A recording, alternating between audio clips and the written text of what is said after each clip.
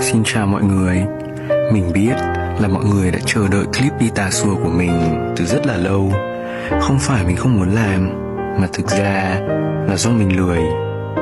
Dạo này tâm trạng của mình cũng khá là bất ổn. Trông mình hay cười vậy thôi, nhưng có lẽ mình cũng không được buồn cho lắm. Ngày xưa khi đi học, mình thường được cô giáo và bạn bè đánh giá là quá trầm tính và ít nói. Chắc là mọi người cũng thấy thế mà đúng không? Mình cảm ơn mọi người đã lắng nghe những dòng tâm sự của mình. Và hẹn mọi người trong các clip sau nhé. 3, 2,